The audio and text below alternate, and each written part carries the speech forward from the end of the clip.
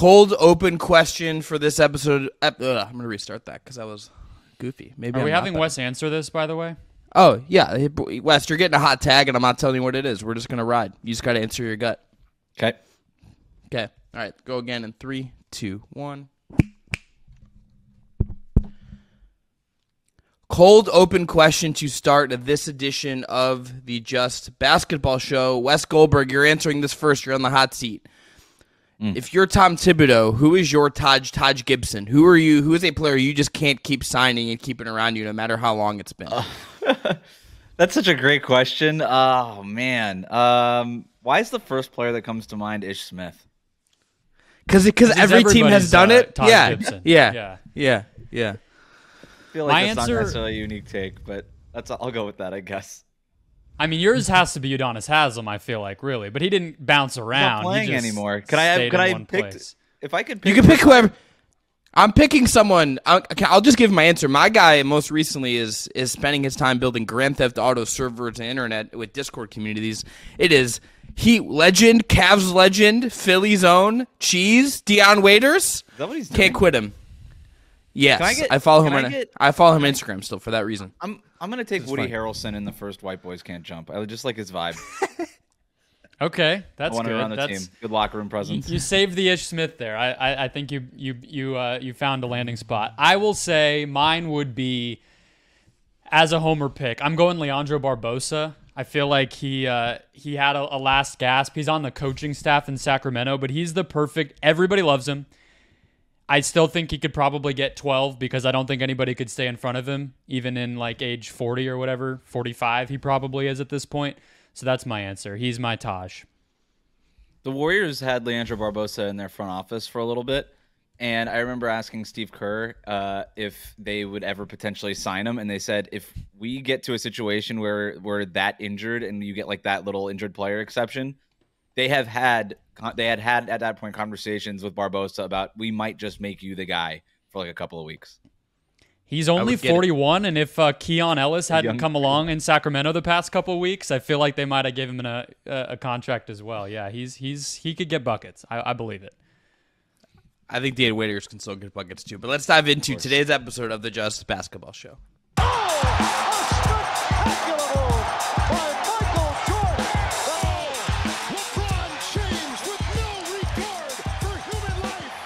Welcome into the Just Basketball Show. I'm Chris Manning. That is Brendon Kleen. This is your twice weekly NBA, WNBA, all things basketball podcast. We have a great episode coming up today. We're going to start with Lauri Markkanen trades, and then State of the Western Conference. We have a great guest for today's show, Wes Goldberg, Locked on Heat, his Substack, other great places, all you can Heat over at Fansided.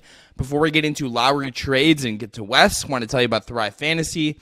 Thrive Fantasy is a player prop DFS platform where you pick more or less across multiple sports, including the NBA and NFL. Sign up today. Our code JustBasketball and Thrive will match your first deposit up to $250. Now, guys, let's start with Lauri trades because there's two parts of this that I find very funny. Number one, that they're looking for Mitchell and Gobert level returns is the reporting that is out there on that, and how you define that and what that means, I think complicates if they're actually going to trade him at this deadline, because I don't know if anyone's rushing to do that for Markkanen. And then secondly, I would also say that John Collins has also now been listed on the trade market, and apparently John Collins can't help but just be listed as a possible trade target. But I feel bad for him in that case. But let's start with Lauri trades. Wes, do you have a landing spot? Do you have a deal that you like if Lauri is in fact able to be dealt? So I came up with 3 different landing spots that I really like. But my favorite one, to me, Lauri is an interesting player. It's kind of hard to build a trade for him just because he doesn't make a ton of money. So when you're trying to match salary, it's like, okay, you're not really getting a star player back in return that's making $25 to $30 million. You're kind of getting like these $18 million players, and you got to start building weird stuff. That said, I was trying to think, what's a team that doesn't really need playmaking because he's not a great playmaker, but could use his size and use his shooting. And I thought about the Miami Heat, obviously. And that's my favorite landing spot. The trade's hard, but you could kind of put a bunch of players together and then you end up getting matching salary. Miami would get Lauri Markkanen, Chris Dunn, and Kelly Olynyk on an expiring contract. Utah gets Kyle Lowry, Nikola Jokic, and 2 first-round picks. I don't know that that's quite the Gobert Mitchell return, but also can we just stop kidding around here? Like, Markkanen's a fine player. He ain't Gobert. He's not Mitchell. Like, I understand that Danny Ainge has got to say Danny Ainge things, but it's not happening. It might be like 2 or 3 first-round picks, and if you're Miami, that's probably the best offer you could put is 2 first-round picks and then a first-round pick from a couple of years ago who's still really young in Nikola Jokic. So Chris can see the notes, and that is almost identical to the package that I put together as my pick, Wes. But I think I can translate Ainge for you guys if you need me to on this, because what he said what was leaked as far as Mitchell and Gobert caliber packages, that's Danny Ainge for I'm going to win the trade. That's all that he means. So Chris said at the beginning, we don't know exactly what that's going to look like or how feasible it is.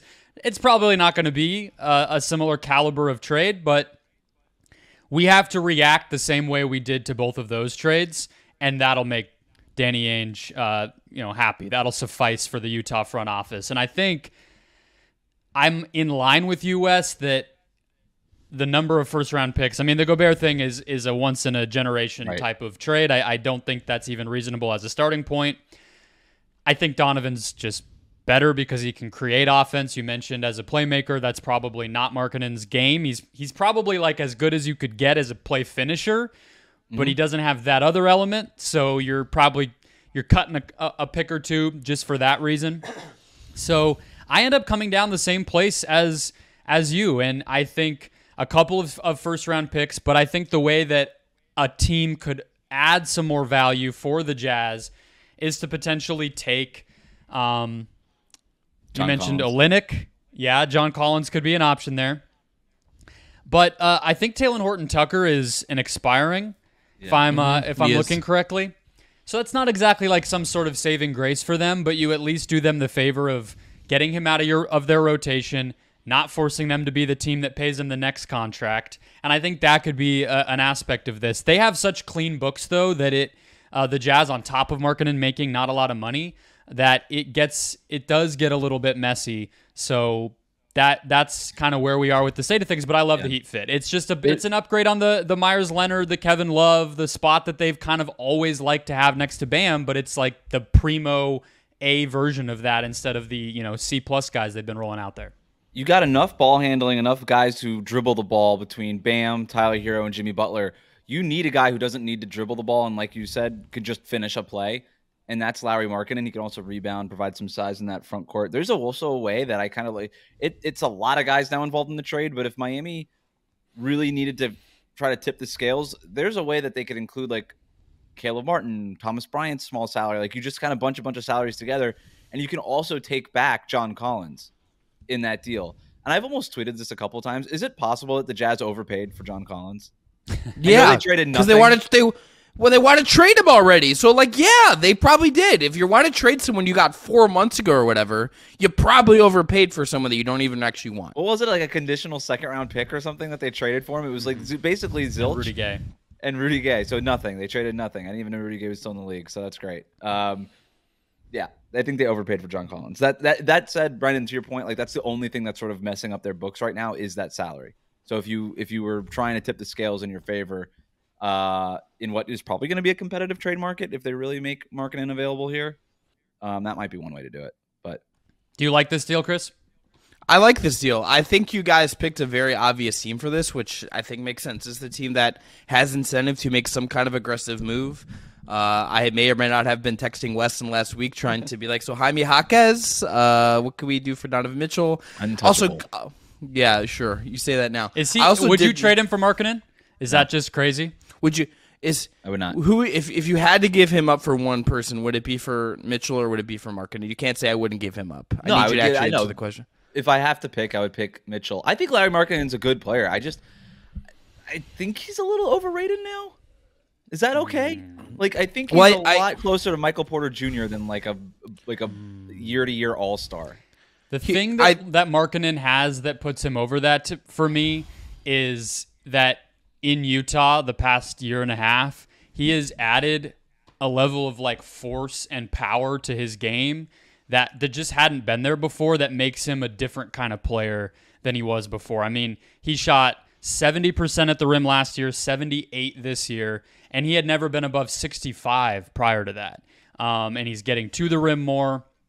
He is drawing more fouls than he ever did in his other stops. Like he has just turned into a guy that remembered he's 7 feet tall since getting to the Jazz. That to me would add another element. You're not just getting like Davis Bertans, but better. You know what I mean? You're getting like a legitimate 3-level guy in a way that when the Cavs gave him up, they had no idea that they were getting rid of that, and he really wasn't that. Now he is. Yeah, the free throw attempt rate just skyrocketing since he's gotten to Utah is a plus. The fact that they've been asking him to become more of a playmaker and it just isn't happening is my worry. It's just like, hey, the Jazz want you to be it, but you just don't have it in the bag. It's just not going to happen for him. So he's a better player than Michael Porter Jr. I didn't mean to be insulting, but I also don't think that this is a guy that's sort of like a perennial all-star, which is kind of the way that I feel like he's talked about. I think he's a very good player. I think he's a top 50 player, top 60 player in the NBA. But yeah, I think just this idea that he's going to just get you like the Mitch, it's not going to be it's sort of a sweepstakes to me. I think there's teams that could use Lauri Markkanen, but if they don't get him, I think it's just like, all right, we didn't get him. All right, speaking of Davis Bertans, this is a great transition to my trade. The Oklahoma City Thunder. Let's do some business. Mm-hmm. Let's make a Lauri. Yeah, let's make a Lauri Chet front court, and I think the construction here is pretty simple. This may catch Brendan off guard because I've been sort of an advocate of not rushing to break up the creators they have. But let's do Josh Giddey, Davis Bertans, and let's say 2 picks, maybe a third one with some protections for Lauri Markkanen. The Jazz get the big Uber creator. They get Bertans' salary for fun. Lauri Markkanen goes to a pretty perfect situation for him, I think. If you're putting him next to Shai, putting him next to J-Dub, him and Chet as a front court, I think is a ton of fun. Tons of spacing. You putting him with Shai, you're putting him in that ecosystem. The need for him to be a really plus creator just isn't there, and it allows him to play to all of his strengths as a player. I think the Thunder, and I think this would make the raise the Thunder ceiling. I think they've been awesome this year. I understand there's some either way, this is gonna kind of put the dollar in your future a little bit higher, just considering Giddey would have to get paid too, but Markkanen only has the 2 years left on his deal. Like, you're kind of going to pay him in this case. But I just love the fit of him with Shai. I love the fit of him with Chet. I love the fit of him in that ecosystem, and it's something that covers for him and also gives the Thunder, I think, something they need, which is another bigger-bodied front-court shooter type that I think could really fit with that team and keep helping that team evolve. The Thunder, to me, are the most fun team for almost any trade, but Lauri, I think, is a particularly fun one. Yep. I'm sorry. Go ahead. The fit to me is just, it's almost like what you would be paying him paying for him and then eventually literally paying him versus what you would be asking him to do. I feel like I haven't gotten over the finish line with the Thunder fit yet for that reason, because I'm of the opinion, as we'll get to in the Western Conference check-in that we're doing today, that like the Thunder are much closer than needing a Lauri Markkanen. And so if you get him, sure, why not? They have all the assets in the world. I'm not going to say no to a trade that makes the team better. But I kind of think that they sort of just need a Michael Porter Jr. type, right? Whereas Markkanen can do more. You're going to have to give up enough to satisfy the Jazz because he can do more, and then you're going to kind of ask him to be a spot-up guy. So I just think Oklahoma City is such a finely tuned machine, and their needs are pretty incremental versus a big move like this, even though because they have all these assets, they're obviously the team we're always going to think of. They might have just skipped that whole part, and I don't know what they'll use those picks for, but I wouldn't necessarily throw them at Markkanen just because they can, I guess is how I see it. Yeah, I think the fit's really interesting. I kind of thought about OKC. I did basically the same trade as you, Chris. I was like, this is kind of the one that makes sense. And then I was like, I don't know if this does it for me if I'm the Thunder. Like, I kind of like the fact that I can at least theoretically put 5 when my best 5 are out there. I've got 5+ defenders who are all switchable, who can all handle the ball. And that's kind of the identity that I've cultivated now. And Lauri falls short in the ball handling department and in the defensive department. And I think I would be looking for more of like a souped up J-Dub to just sort of pair next to J-Dub maybe in that circumstance. Also, I don't think that Sam Presti, I think he should go all in. I think he should make a move, whether it's for an incremental move or just a big move and go for it. I don't think we'll see it. I think he's being maybe a little bit too patient. I would just say go for it. We have yet to see him actually put a championship team together, and I would like to, and that's probably what cost them when it was Kevin Durant, Russell Westbrook, and James Harden together. He was like, let's just stay patient, and then the whole team disintegrated. I would like to just go for it, but we've yet to see it here. To me, what the Thunder need is like Buddy Hield. Like that's kind of the piecemeal that I would be looking for more so. I guess it sounds crazy to say don't go for the home run swing if there's a player out there. Yeah, you're overthinking this. I just feel like they are such a okay, but I mean I don't think I am, because what does that come at the expense of an MVP candidate who's playing point guard for you? Does that come at the expense of your potential like all NBA center who's already like getting more blocks than some players get in their career every night, it seems like? Like, I do think that there is a sort of, it's a zero-sum game, and if you're bringing somebody in who's done a lot in another place, even though you can acquire that player, this team is on pace to win 50-plus games, and they have none of what we're talking about. So what do you really need to get them from that to a championship? Is it a Lauri Markkanen-sized piece, or... in my opinion, it might just be like a Buddy Hield-sized piece. I know that sounds dumb, but it is what it is. They're good. They're good already. Go get an experienced shooter who can do it in the playoffs to come off the bench, and a big man. Just go get like a big. It doesn't have to be. You don't have to make the big man swing. Just go find a guy that's making $5-6 million a year who's 7 feet tall. Like, go trade for Andre Drummond. Like, just do that. Sure. That's at least for now. Yeah. Here's all I'll say that I think is where we ultimately disagree on this.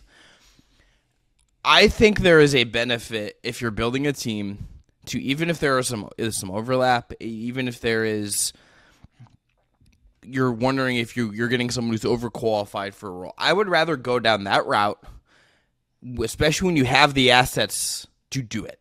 When you're in a position of strength in terms of assets where you could give 2-3 first-round picks and still have other stuff to do if you really wanted to, you're giving yourself just a little more cover, a guy that I think can give you some more diversification in your offense if you need it when the playoffs comes, that can kind of take some of the pressure off Shai to have to be iso ball at some ends of the basket, particularly if you are going to trade Giddey.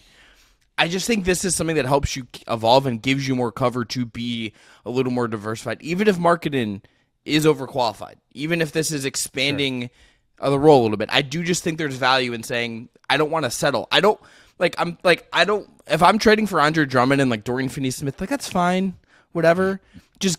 Let's aim a little higher for a team that I think could set itself up in a really great way. And I would rather spend the assets on also just frankly something fun. Let me buy the Maserati or like whatever car Markkanen is. I'm not a big car guy. I don't think he's quite a Maserati, but I don't want to buy a Toyota what's big Corolla. In Finland? What are they driving over there? Probably like some kind of like electric car. I would guess there's probably it's like some Northern European Tesla competitor that we haven't heard of. Right. Toyota Corolla is the most popular car in Finland. Okay, I don't want to buy a Toyota Corolla.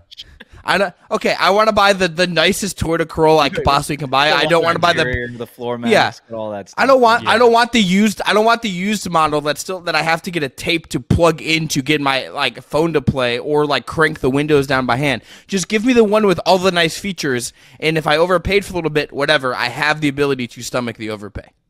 They're the one team that can really do that.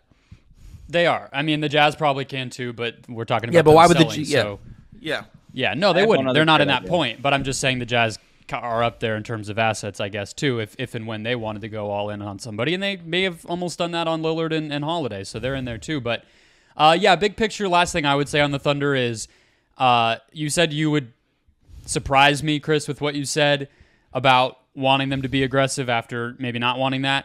The guy who you didn't want them to be aggressive moving was Josh Giddey, and it would be a humongous sell low to trade him right now also because not really the off-court stuff, but he's playing awfully. He's just playing not well at all for them. He's getting benched at the end of these games. So if you were to say now is the time to cash in on whatever that trade is ultimately going to be, you're probably getting less than you would maybe by the end of the season into the offseason or even down the line further than that when he might be a more developed version of himself and have more appeal to other teams. Right now, he's a dude who cannot score the ball, doesn't play awesome defense, and gets booed every time he touches it in every road court in the league. That's a weird player to acquire if I'm the Jazz or anybody else in December 2023. Can I give you guys 3 other trade pitches and just like elevator Love it. pitch them? All right. Yeah. Lauri Markkanen to the Raptors for OG Anunoby straight up. Solves a lot of problems for both teams. Just an idea. OJ's a free agent. After the year, you don't have to deal with it. Danny Ainge is asking then for 900 picks for another team who wants OG and Anunoby. Oh yeah, no, these are the 2 front offices that are just like, wait, no, you owe us the pick. No, we'll get, and then they don't do it, and then they leak it to the media. It's like, we got really close, but they didn't meet our price, and it's like, well, who didn't meet whose price?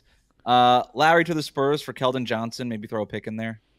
That would be fun. There. Yeah, I like that a lot. Yeah, that's Lauri and good. Vic. That's exactly what I want. Yeah. Keldon Johnson, I like him for Utah. Just some size on the wing, whatever. It's fine. Last one, Lauri Markkanen to the Philadelphia 76ers for Marcus Morris Sr. is expiring. The nice young player of KJ Martin, who appears to be a fan of every front office. And then no 3 coaches. first-round picks. 3 first-round picks. Just throw them in there. They're the other team that can overpay with all their picks that they have. And Lauri in Philadelphia, spacing the floor for Embiid and Maxey. I really like that. Yeah. I'm really mad that you didn't that wasn't your actual one because I like that one better than anyone that. No, because the first one got him to the Miami Heat. You see, so that's the better one. Yeah, Markkanen next to a defensive center is important though, and it's part of why the Kessler fit is so good until Kessler started playing not well in his second season and has had injuries and everything this year, but. Markkanen is big. I think he's a good one-on-one defender. He can handle physical players. He can handle long players because of his size, but he's not like a secondary rim protector, turnover forcer type of guy. So I think he's a good positional defender, but you need a real rim protector, a real defensive anchor next to him. So that's why I like Spurs, Philly, Heat, whatever. Those are all good. So last team on throughout, redo the Donovan Mitchell trade. Donovan Mitchell back to Utah. The Cavs get Lauri Markkanen and some picks back. Just redo them. Lauri's a great fit next to Mobley. I wonder if they realized that at the time. I was literally going through the list of teams, and I'm like, you know who could really use Lauri Markkanen? It's Cleveland Cavaliers. Yeah. Yeah. I did the same thing with Chicago, by the way. And I was like, oh, wait. Yep.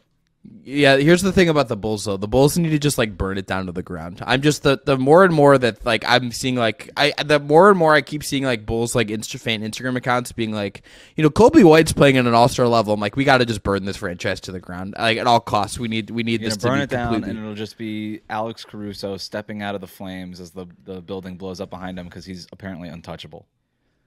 He's an all-star according to Billy Donovan. The Chicago Bulls. Yeah, Alex Caruso. Look. Captain of the good bald guys in the NBA, so that's my guy right there. All right, let's go on to State of the Western Conference. Categories, if you didn't check in our State of the East with Brad Rowland, we're going to do Best Team, Conference MVP, Team we're high on, Most Disappointing Team, and then Wild Prediction based on what we've seen so far. Let's start with Best Team, and I just want to start this by admitting that what I'm about to say is something of a troll job. I'm not even trying to deny that what I'm about to say is something I wholeheartedly believe, but I want it to be different. I wanted to bring a team to the conversation that I think merits some discussion, and that is your Minnesota Timberwolves. Not that I don't care, but I'm not here to talk about Anthony Edwards text messages. We're here to talk about the basketball team in this specific case. Leave it at that. Make the case. This team, unreal on defense, has the league's best defense. I think is a pain in the ass to play. Ant is him. The Gobert Cat pairing, I think, is working in a better way than it did in the limited sample we saw before. The offense, I think, is respectable. And if there's reasons to me to think that this team could be, let's just say, more than, let's say, a West version of what the Cavs were last year to some degree, I think they have more shooting. I think they have big perimeter defenders in a way Cleveland just does not. They have Ant as a bigger, I think just a little bit of a different kind of level of guy than what Cleveland ultimately seemed to have last year. I also like Chris Finch as an offensive coach. I like what he is going to design. I like what he's going to build for them. So do I necessarily believe that this team is actually the best? I'm not sure that I do, but the numbers are there. They've held it up all year, and there's a chance that this team is quite actually really good and built for something here, and I think they've, to some degree, been under-discussed. And I just want a little bit of respect on the Minnesota Timberwolves name here. Nothing but respect coming from me, man. I was at the game last night. They were in Miami. They came back from 17 points down in the first half, locked up the Heat in the second half. Anthony Edwards, 10 points in the fourth quarter, including the turnaround jumper that basically iced the game for the Timberwolves. That team is legit. They are impossible to score on. They're the number one defense in the league by defensive rating. Also, terrifyingly, allowing 89 points per 100 possessions in the half court defensively. Unreal. Unreal. Ridiculous. That's Unreal. That's not scoring. That's basically not scoring. They're putting teams in prison like night to night. It's just like, okay, sucks. You're not gonna have any room to breathe. Like we've talked a lot on this show about how good the Orlando Magic defense is. This is like a whole other level of just like that team must suck to play against. They're also getting it done against the best teams in the league. Here's their record against Boston, Denver, Philadelphia, Oklahoma City, and Dallas. 5-0. They're 5-0 against those teams. They're getting it done against the best teams in the league. Chris, I love that you brought them up. I love the Minnesota Timberwolves. I'm all in. I was all in last year after the Gobert trade. I thought they gave up way too much, but I'm like, I like the team on paper, and we're kind of ignoring the team based on what it is that they gave up for the team. And then we never really got to see it because of injuries and stuff like that. But Anthony Edwards has made a leap, post Team USA leap, which historically is always important. And then Gobert and Towns are actually playing well together. I like a lot of what they're doing. I do have some questions, but not really huge ones. They profile, you look at like statistically their profile, they profile as a championship contender. We just don't really think of them as a championship contender because they're the Timberwolves, and they've never really been a championship contender. But if you really look at this team, they're legit. There's also just two guys on the team that, just real quick, Brendan, the last thing I'll say is there's two guys on the team that I think people don't particularly like in Gobert and Towns. And I think that fact, like, I think those are two guys that people want to doubt to some degree. So Cat, to his they're credit, two of the 5 most unlikable players in the league. Yep. But to his credit, Cat, I think, has been pretty good this year in what he's done. I'd like him to take some more threes, but that's a dial you could turn to kind of raise the bar there even a little bit more for their offense. I think that there's 3 things that make the Wolves better this year that I feel more confident. I mean, one, they're deep, and that's why I think a lot of people. That's what I think a lot of people missed even after the Gobert trade is player-wise, they had the depth to do it, and they still are one of the teams you look at kind of 1 through 9 or 10 and feel like there's not a lot of holes. I think shooting is one thing that they lack, and it's fine. I think Towns may be taking more, sure, okay, but the Town stat that I was going to point to as one of the things I actually think has made them better this year, Chris, is he's driving 2.5 times more per game than he did last year. His bully ball, just physicality, forcefulness is something we've never really seen. I mean, I think he kind of got there playing center the end of the previous season into the playoffs when they went toe-to-toe with Memphis, but that was more around the basket, and he obviously had a lot more in the way of brain farts and weird mistakes and fouls, and he's been playing cleaner basketball on top of that.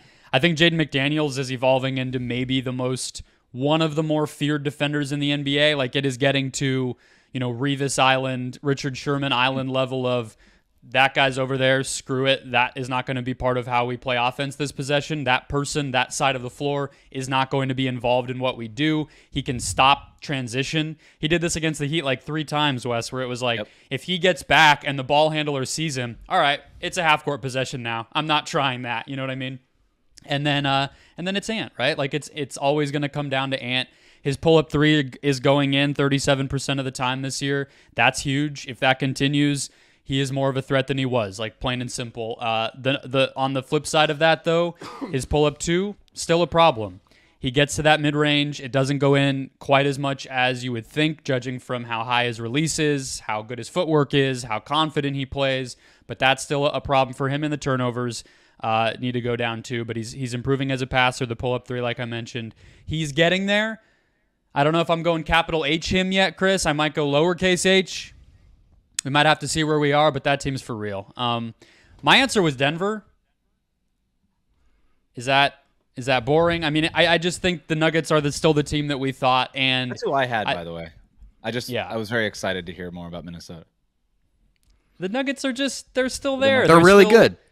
They're still really everything that we wanted them to be. They're 6th in net rating, 10th in offense, 12th in defense. I think that the time without Murray, they did not look great. You saw a lot of frustration from Jokic, not a lot of defensive effort from Jokic, a lot of I got to do this shit again from him in terms of scoring. But when he's been healthy, and even when he wasn't, I think you have the starting unit is still the best in basketball. You have Christian Brown and Reggie Jackson, who I feel pretty decent about.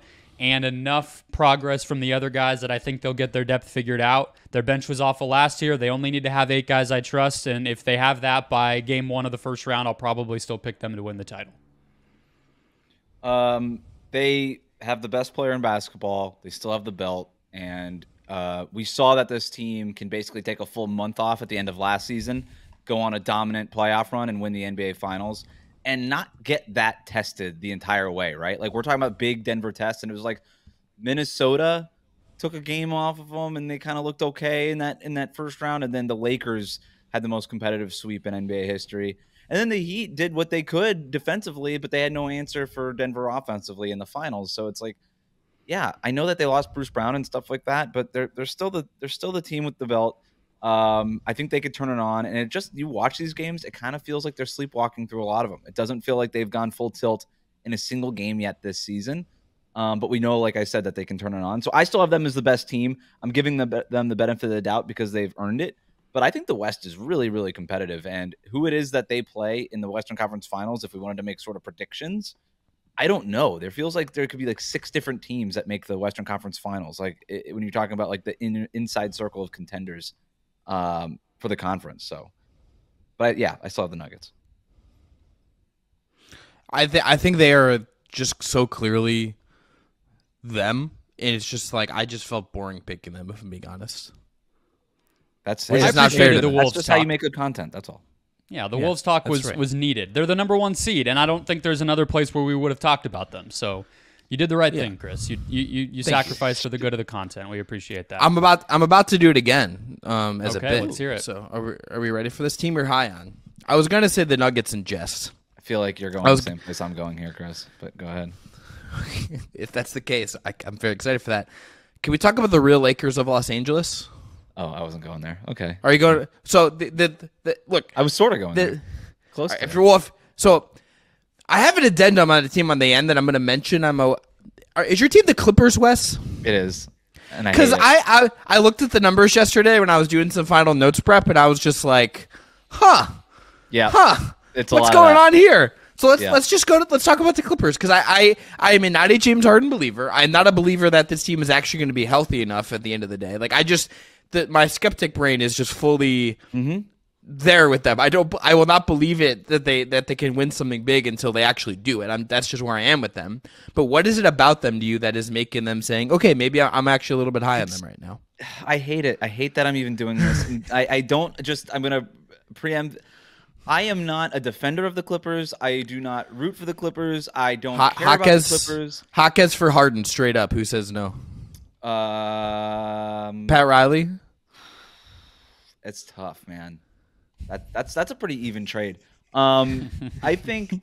Look, you said you don't believe in Harden. I believe in Kawhi less than I believe in James Harden. Because the thing about James Harden is all the off the court stuff. He at least plays the basketball games. Sure. My default setting with the Clippers is no way. I don't care what it looks like for a couple of weeks at a time. Do it when it matters. Stay healthy for the playoffs. Call me in June. Call me in April.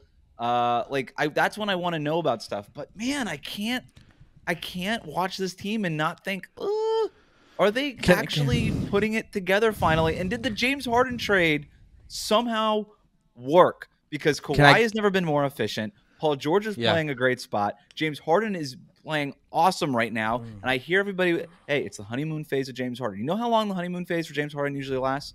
1 season. You know how long they need James Harden to be good? 1 season. So I think they'll be okay defensively. I mentioned the Minnesota half-court stats per cleaning the glass. You know who's right behind them? The LA freaking Clippers. Okay? They're almost as hard to score against in the half-court as the Minnesota Timberwolves. I don't get it. I hate it. I don't like talking about this team in terms of, in any serious nature, but you kind of have to. And I hate it. Last 2 weeks, these numbers are nuts. I just want to point this out. They're 7-0 in the last 2 weeks. They have a point differential of plus 20.3 over that time. The only team better, the Philadelphia 76ers, who are plus 24, which is absurd in its own right.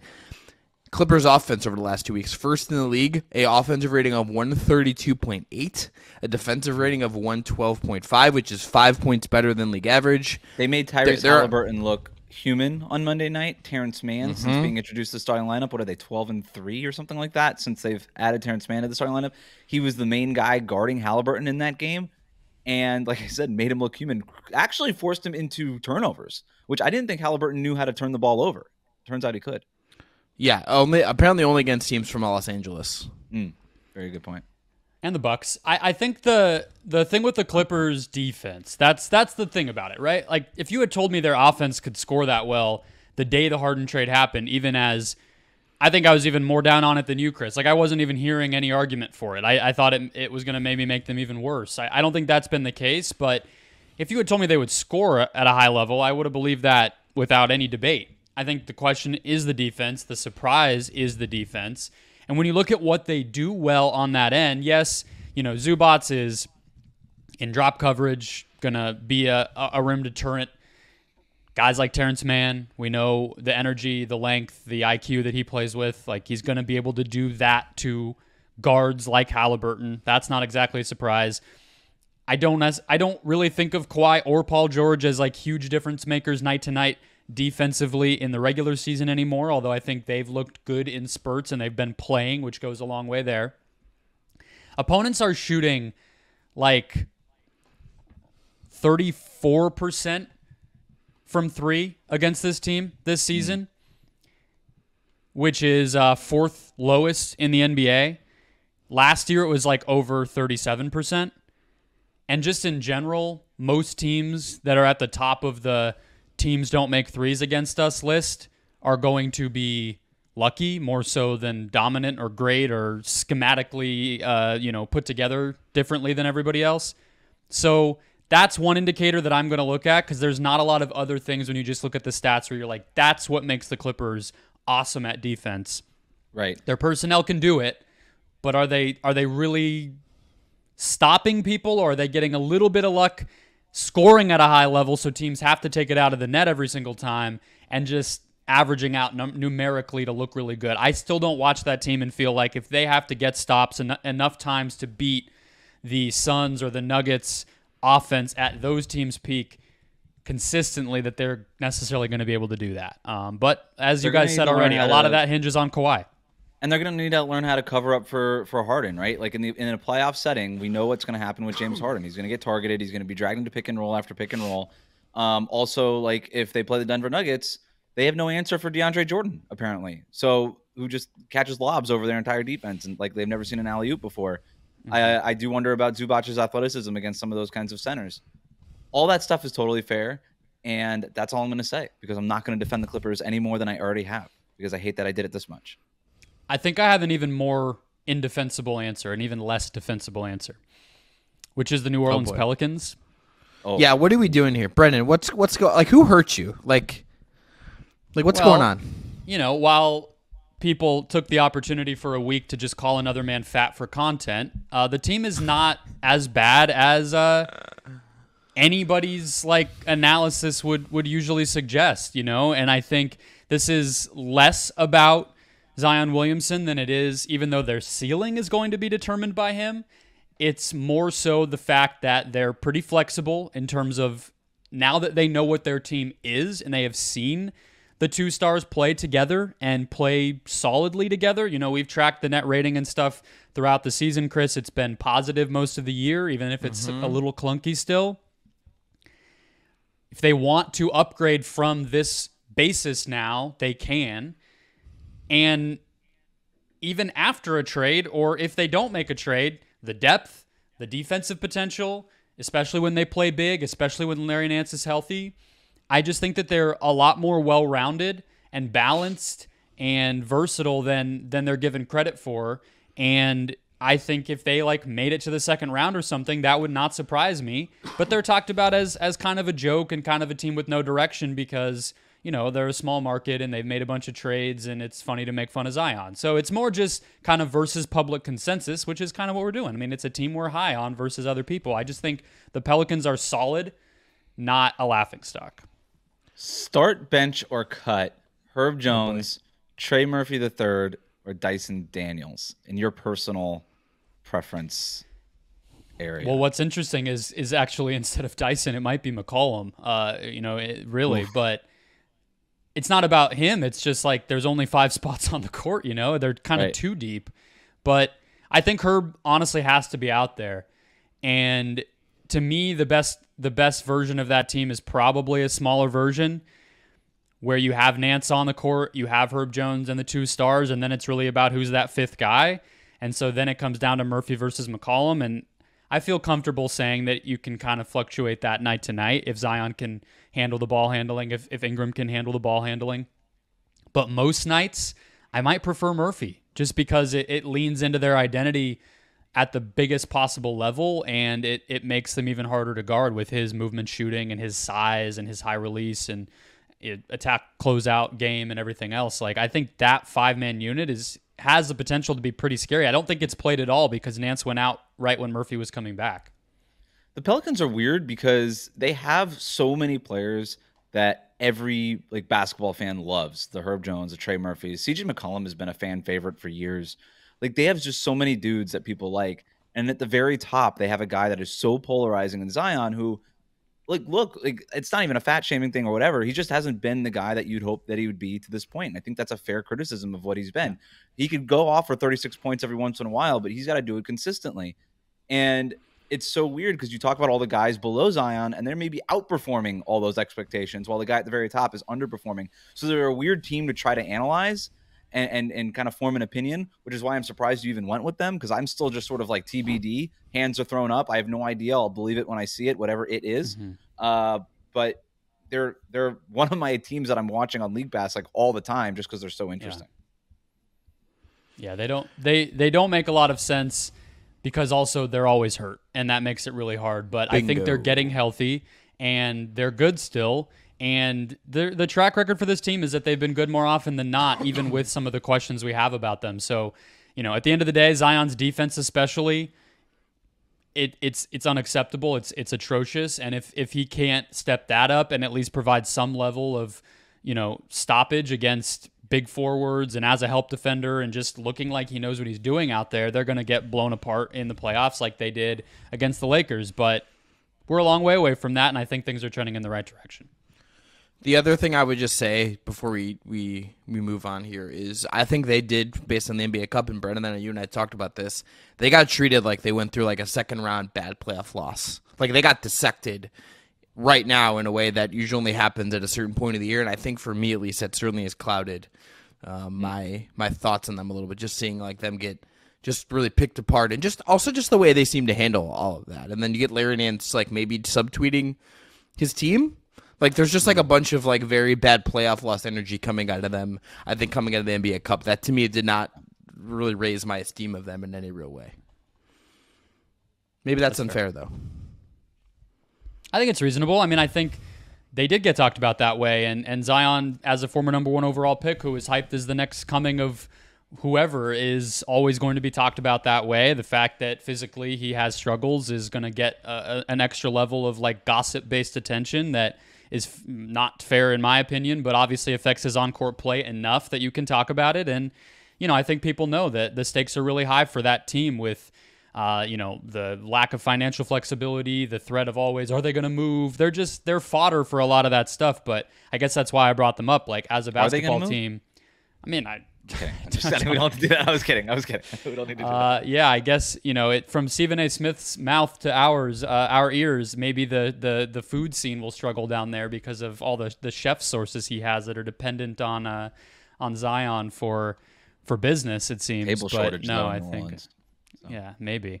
All right. Most disappointing team, Chris?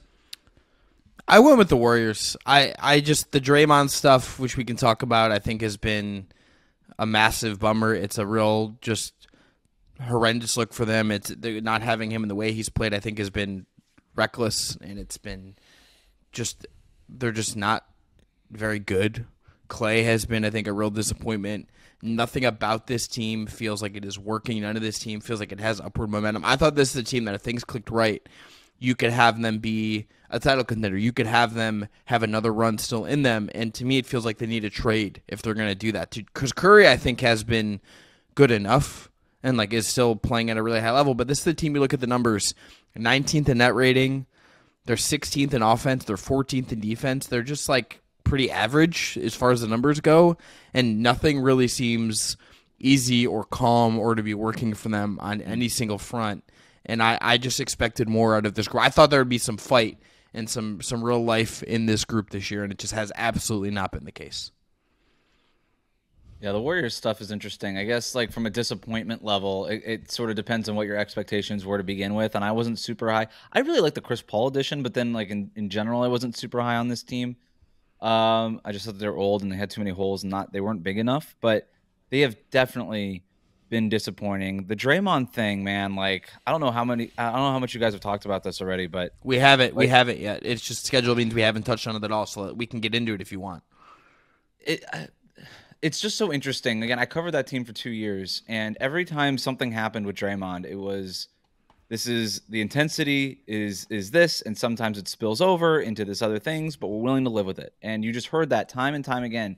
And now that you're just not hearing it, it says more than anything that they could actually say, right? And so I just think at some point that they realized, you know what? There's a lot of really good defenders in the NBA, and they don't get kicked out of every game. So maybe you could be more like that. You know, I don't think like it's a prerequisite to be really good at defense is to also play with some sort of intensity that borders on flagrant and often spills over into flagrant too often. So yeah, I think that's a tough thing, but also I think maybe what the most disappointing thing, and I have a different team for my most disappointing team, but what's most disappointing with the Warriors is there's no way out of it. We could play with the trade machine all they want. Nobody's taking Wiggins. Nobody's taking Draymond. I don't like finding a trade for Klay Thompson on the expiring deal. First of all, it has to be worth it to the Warriors. I know he's played like garbage, but he's Klay Thompson. Like you're not just trading him for anything, right? And he's making $43 million. It's not exactly super easily matchable from another team. Like find a Klay Thompson trade that makes sense. It's not easy. Okay, trade Chris Paul's pseudo expiring. Okay, what's that really getting you here? You know, it got the Wizards Jordan Poole, which isn't awesome as a return. Okay, some sort of conglomerate of here's a lightly used Jonathan Kuminga and a Moses Moody who we kind of like sometimes and then sometimes don't. And like, do you want Kevon Looney? Like that's what we're talking about. Minor moves at best. It's almost like less than disappointing. It's almost just like hopeless, which is maybe worse. I don't know. Yeah, I think it is worse. Yeah, they're just really small. And I think I don't. This is a number that I don't fully get when I look at it. But the Warriors' defensive rating, even with Draymond Green on the court this year, is 120.3. They've been more than 6 points worse per 100 possessions defensively when he's out there. And like some of that to me is the bench in general has just been the best minutes. They've won the most minutes when it's the bench playing this year, so that's going to color a lot of things. But it just doesn't even feel like Draymond had a massive impact, even in the handful of games that he has played. And if you're not getting anything close to peak Draymond, even 2 years ago, finals run Draymond, let alone prime Draymond, Kevon Looney feels like he's just breaking down athletically. He can't move, he can't finish, he can't really jump. It's just not working with him anymore. Yeah. And if you just don't even have a front court that's stopping anybody, that's a problem no matter what. Gary Payton has been hurt, which is annual routine at this point for this team to have to deal with.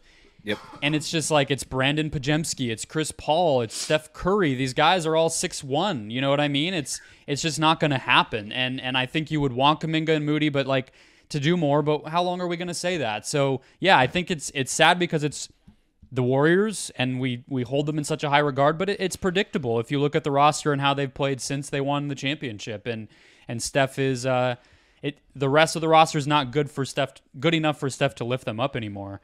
I think is the thing, and you can usually tell, you could tell a team, like you could tell at how bad a straits a team is based on the player that the fans want to see more of.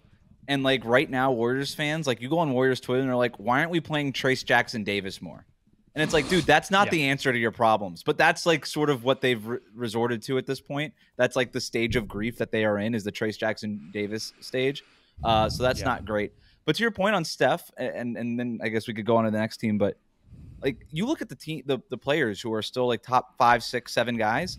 He's the only one playing for just a not contender. Everybody else is playing for legitimate stakes, and he's the only one that's not, which is probably the most disappointing part about this, is that you've still got prime Steph here, and you're wasting seasons.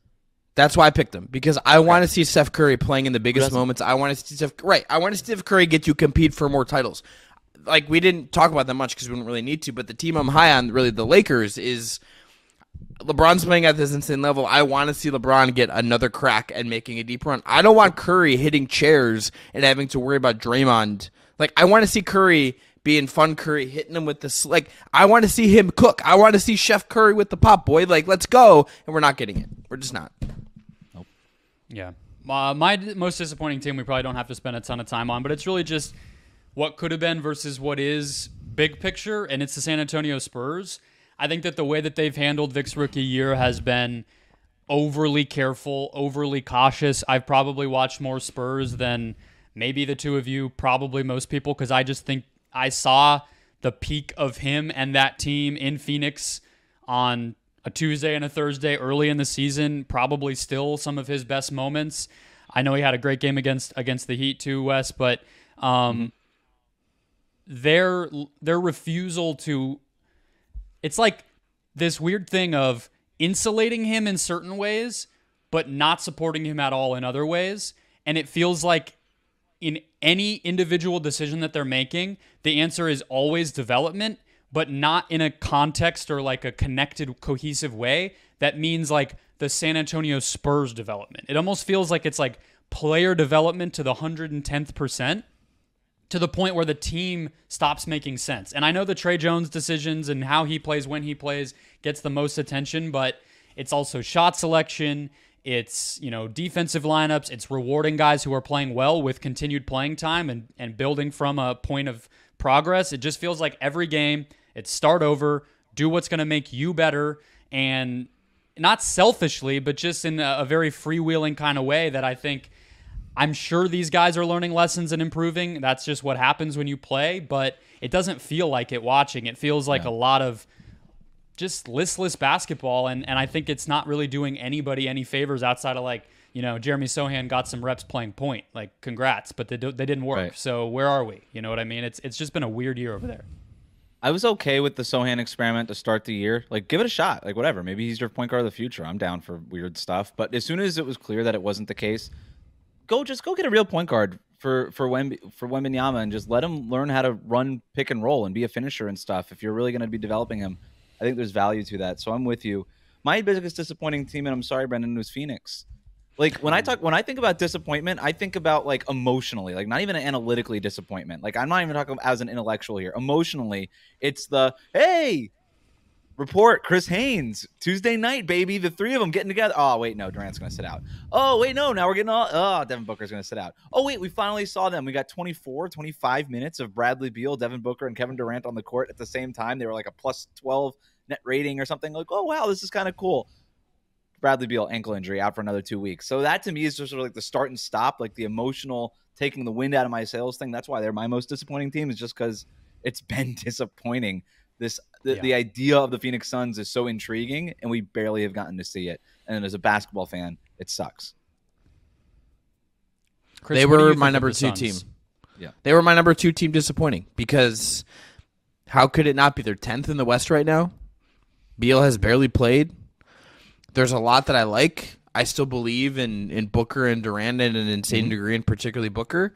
I expect it to just work out at some point because I believe in the talent. I think Frank Vogel is also a great coach.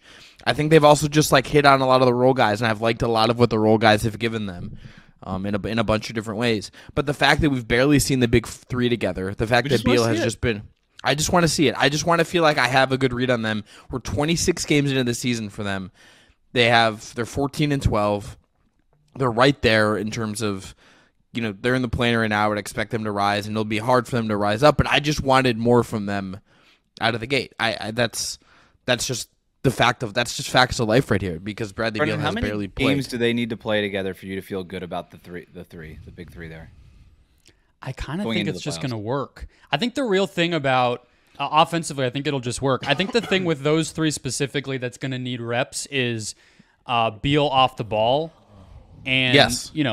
it's it's just a complicated thing to run through a million screens and get a pass delivered to you on time and work that into obviously the very simple ways that the team can get baskets. When are we going to slow down? When are we going to speed up? When are we going to run something for Brad? When are we just going to go to a KD post up? It's more of that stuff, but that doesn't take a ton of time. It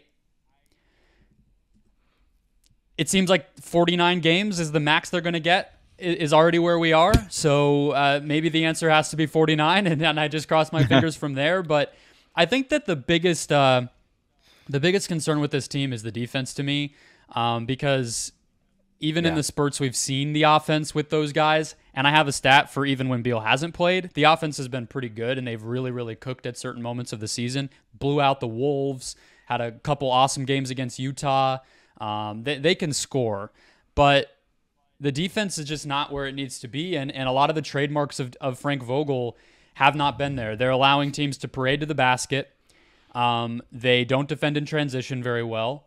They don't really force turnovers. Like, they just don't put up resistance. You know, they might have some plays where they execute and they have some bodies, but outside of just being veteran and having like a roster that makes sense, there's not a lot you would point to and be like, the Suns are good at that on defense. And they need to do something. They need to be able to, even if it's like, hey, we throw a lot of crazy stuff at you. Like, we're going to scheme our way into disrupting your offense because we have Vogel and some smart vets who can like do that on a night-to-night, possession-to-possession basis. Maybe that's the answer, but we haven't even seen that.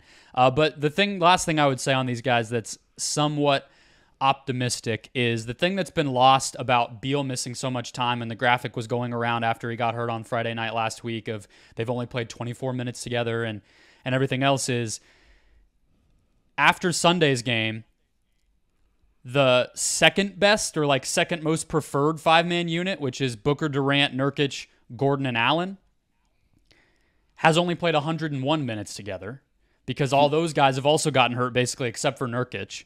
But that group, when they've played, has a plus 26 net rating. Like, they've just been bonkers. So I think if even those five can like get some minutes together and develop some chemistry, you could see, I mean, this team had like a 7 or 8 game winning streak at one point this year. So they have the potential. But yeah, it's all going to be about time and if that defense can come together, I think. So I'm glad we talked about them because it would have been weird to just skip the Suns with the expectations they had and everything else. Yeah, I would add two last things. Number one, the comment I would say is I think it's very possible that I think of them in my head just as better than what their record says. Like, I looked at the record and I feel like in my head they were higher than 10th. I don't know what that means. Well, I the could standings, just be wrong. it's like everybody's bunched up, you know. Yeah, it's very compressed over there. Brendon, this is the question I'd ask you as someone who thinks about this team all the time. Do they need to get out of like this 7 through 10 range to max? Like, do they need to get into the top 6 in some way? Or are they a team that could survive the play? Are you asking me if my community will show up as a home court advantage in the playoffs, Chris? Is that what your question is? Or? I'm really asking if like they have the upside of them is enough where they could make like a conference finals run if they're in the play-in. Well, no team has ever made it out of the play-in and gone to the finals. Oh wait, just kidding. Yeah, I mean that's kind of where I'm. Well, at. now they have and now they have Jaime Jaquez. I mean, what's the limit on the Miami Heat now? You know, does the regular season even matter? You know, Duncan Robinson's taking 2s. It's unbelievable. With how much we've seen teams like the Hornets or like the Hawks or what are we talking about the Hornets for? Great Brendon? company. I'm getting there. Yeah, I'm getting there. Or the Thunder last year struggle. Even the Wolves with some of these play-in games. Young teams that have to, like, they've had moments, right? That's like you've arrived. You get your little, you lost by 3 pat on the back.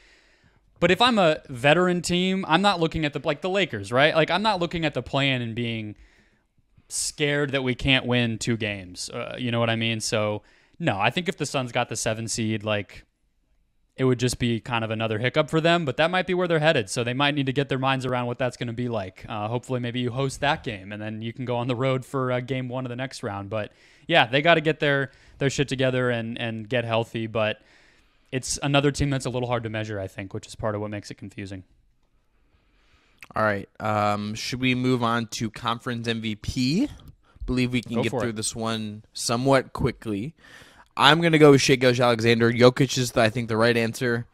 just because he's Nikola Jokic, he's the best player alive. We could not overthink this, but I just, for the same reason that I decided to shout out the Wolves, I want to just say that Shai is having an unbelievable year.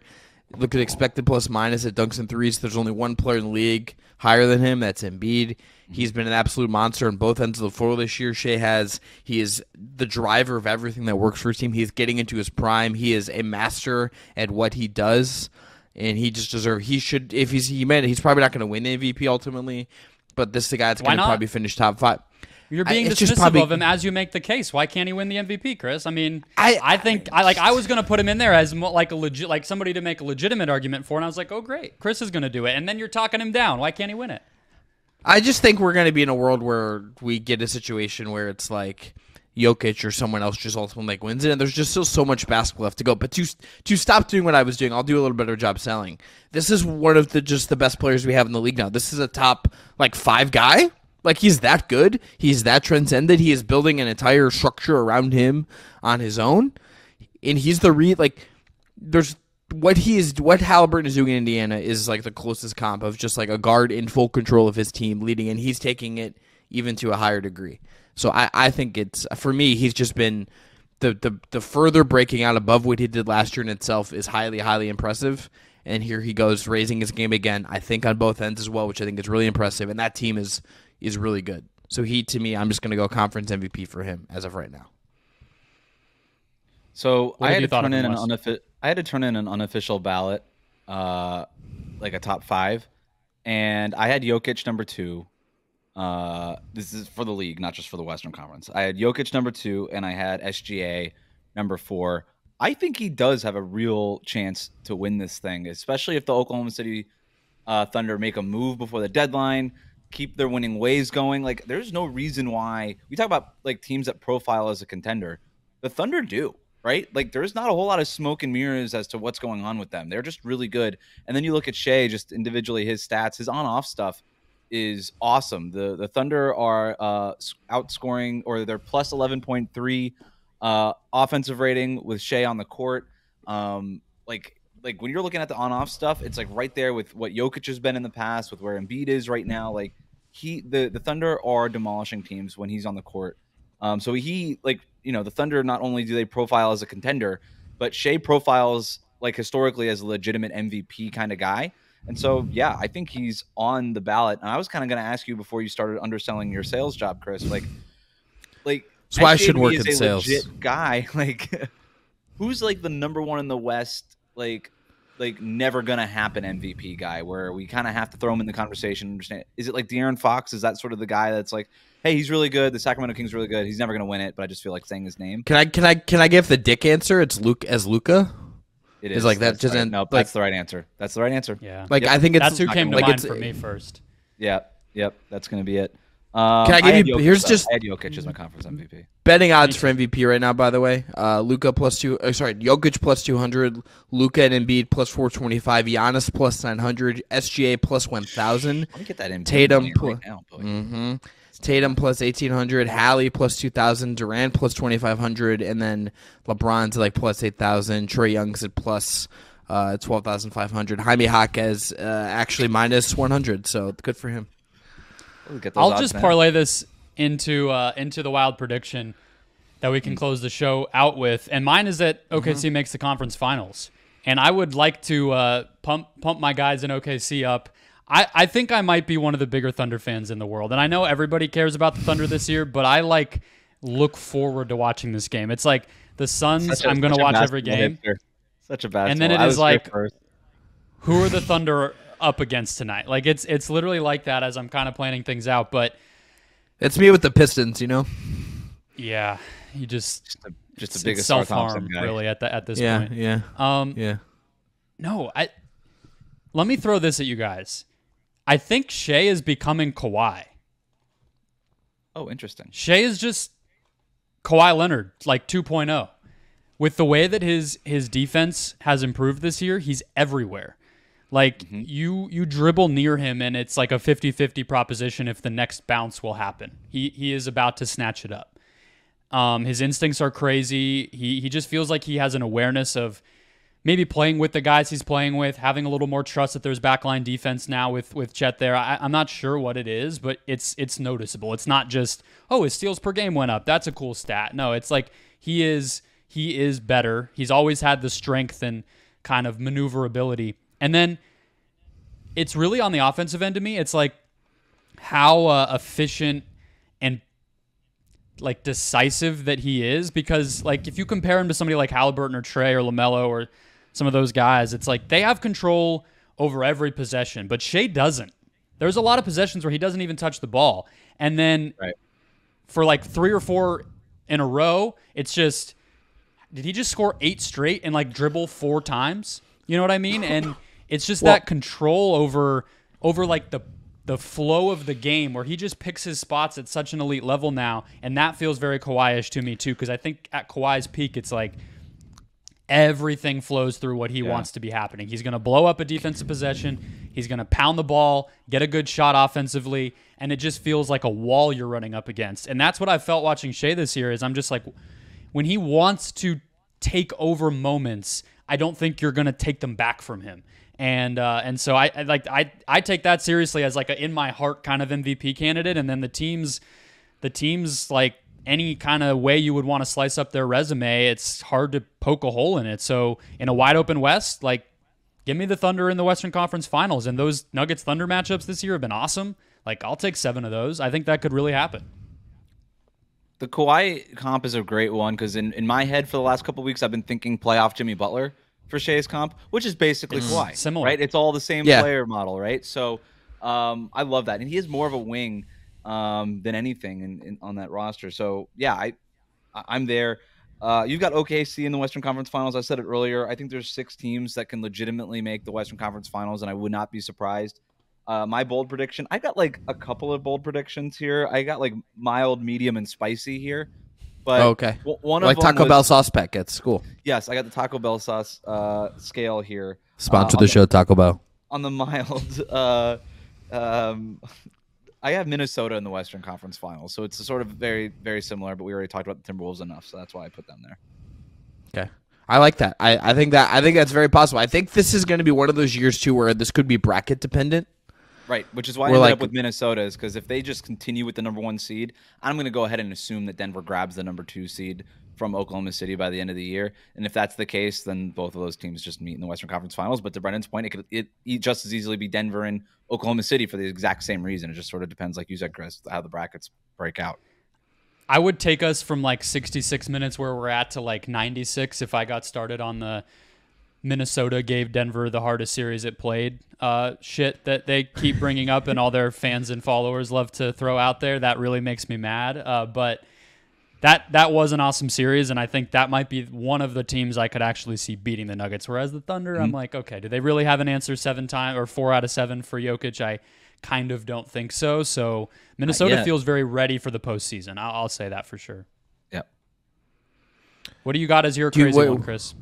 Well, no, not what, Wes. If that was your mild one, what was your hot one? What was your spicy? Yeah, let's raise the. I want the temp raised. All right, what did we have here? Do you have like a DeBomb one? Like, can we hot ones this? Where like I can't. We could go DeBomb if we want. I wasn't gonna use it. Because I feel bad for saying it, but we're late enough in the podcast now that I feel like I could go for it. Let's go.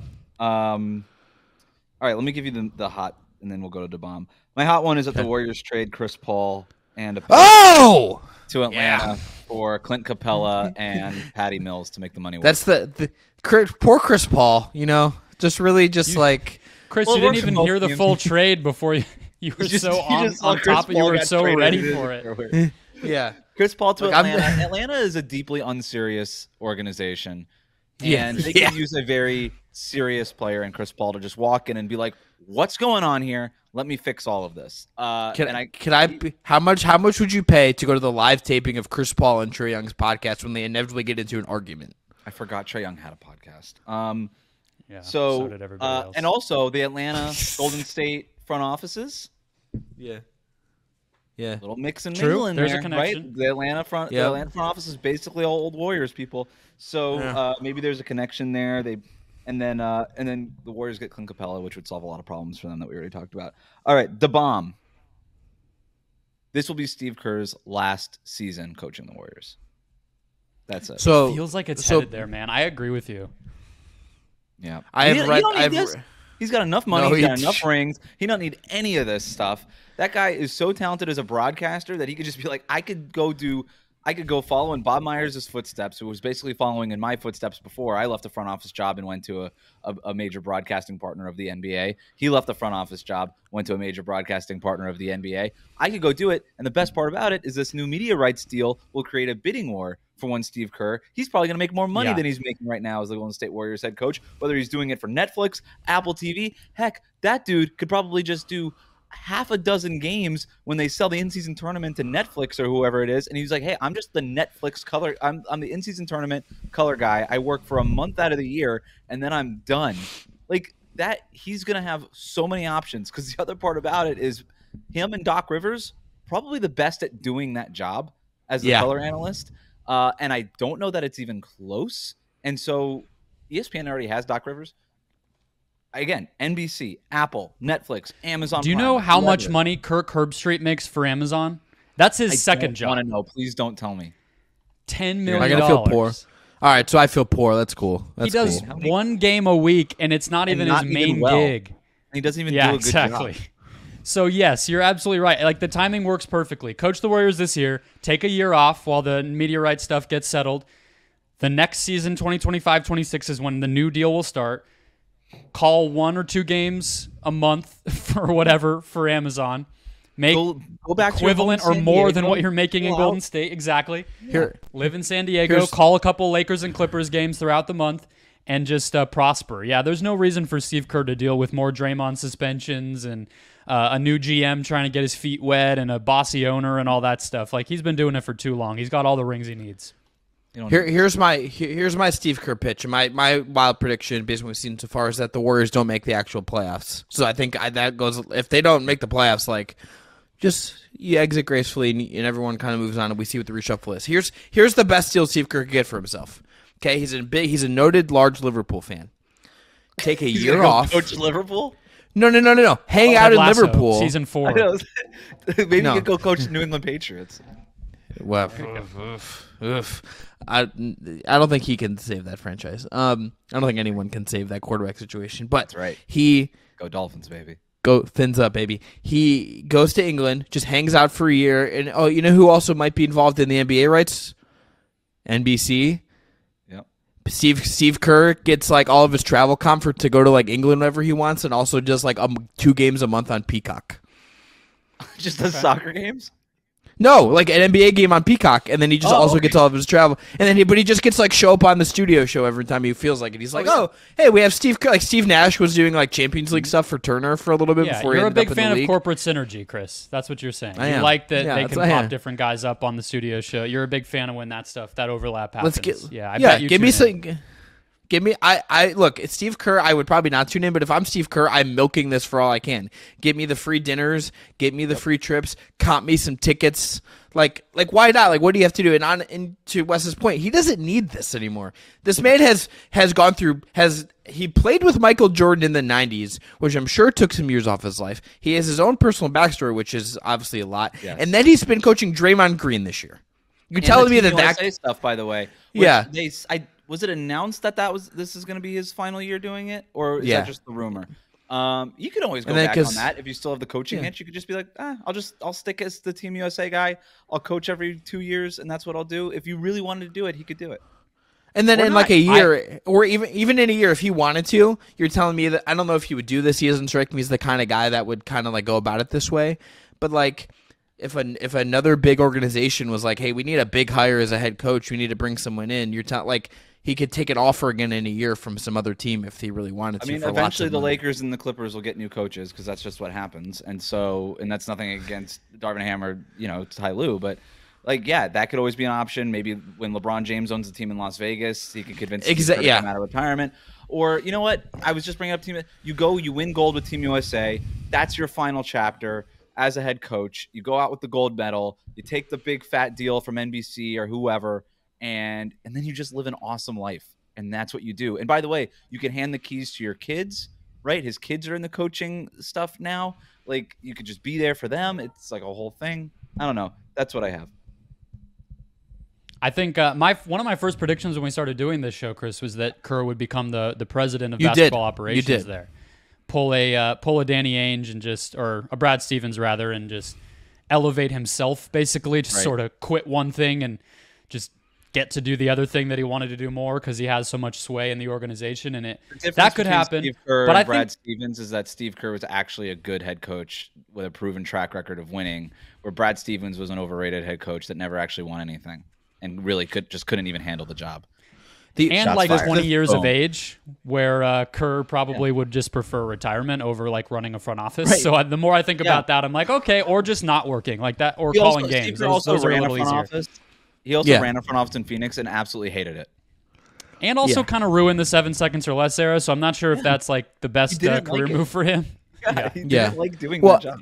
The other thing, too, is if you just read a bunch about this Warriors organization, it just feels like the Mike Dunleavy era means that something has changed there, and it is not exactly the same organization that Steve Kerr shepherded to this point. Something has changed there. I don't think we can quantify exactly what it is, but it doesn't feel like the same thing that it was even a year or 2 years ago when they won the title. Like, it's a different era now, and I don't know if Steve Kerr... Like, I'm sure Steve Kerr feels a sense of extreme loyalty to, like, Steph Curry, but does he feel it to the rest of the organization at this point? It feels like probably not to me, to some degree. For the record, I don't think that Steve Kerr retires, but after this year, like, that was a spicy hot take, and I don't want this to get to like, my old Warriors friends. Aggregators, Wes Goldberg. Yeah, we have those. No, I don't.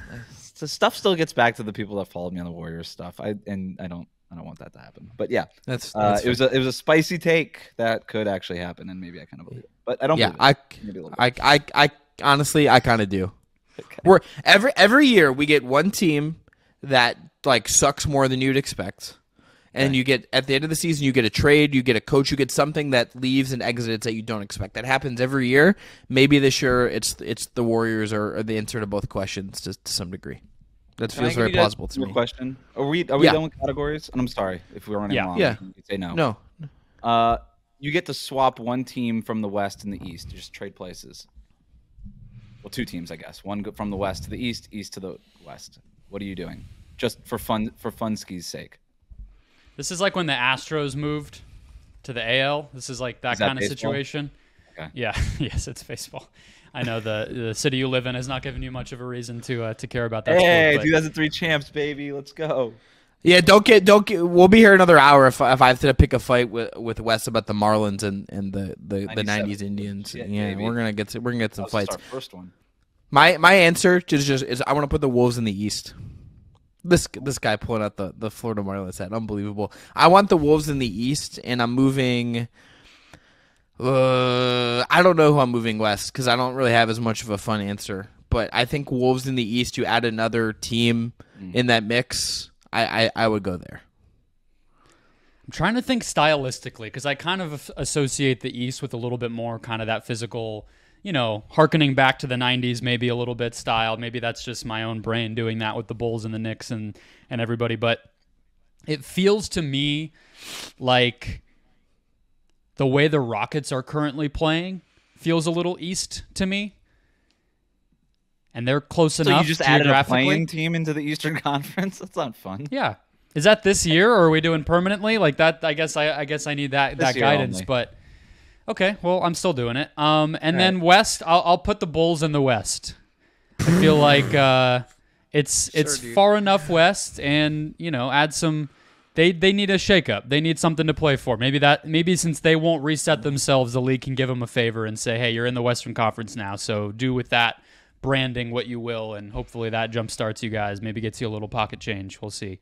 They're trying a ring of honor and bringing all these guys who hate each other into the building together as a fix for what ails them. So maybe take a step behind that, and we'll do. You're in the West now. There you go. Rockets for Bulls trade. Be there. Yeah. All right. That's fun. I don't have an anscer. I just asked you guys. Okay. All right. Okay, for that, I'm putting the Heat in the West, and I'm gonna move again. We're gonna put the Heat in the West, and I'm gonna move the Blazers to the East, so the East gets one worse team to pick on. And you're just completely screwing all of the travel. That's like 100%. You're just polluting the planet with burned oil to the max with that pick, Chris. But I like it. The Portland Trailblazers are young; they can handle it. Yeah. Maybe Grizzlies. Put the Grizzlies in these. That makes geographic sense, I guess. All right, we're gonna end there though.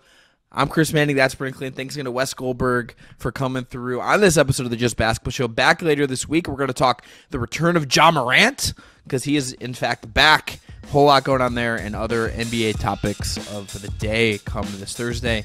Have a great rest of your day, everyone. Enjoy the hoops.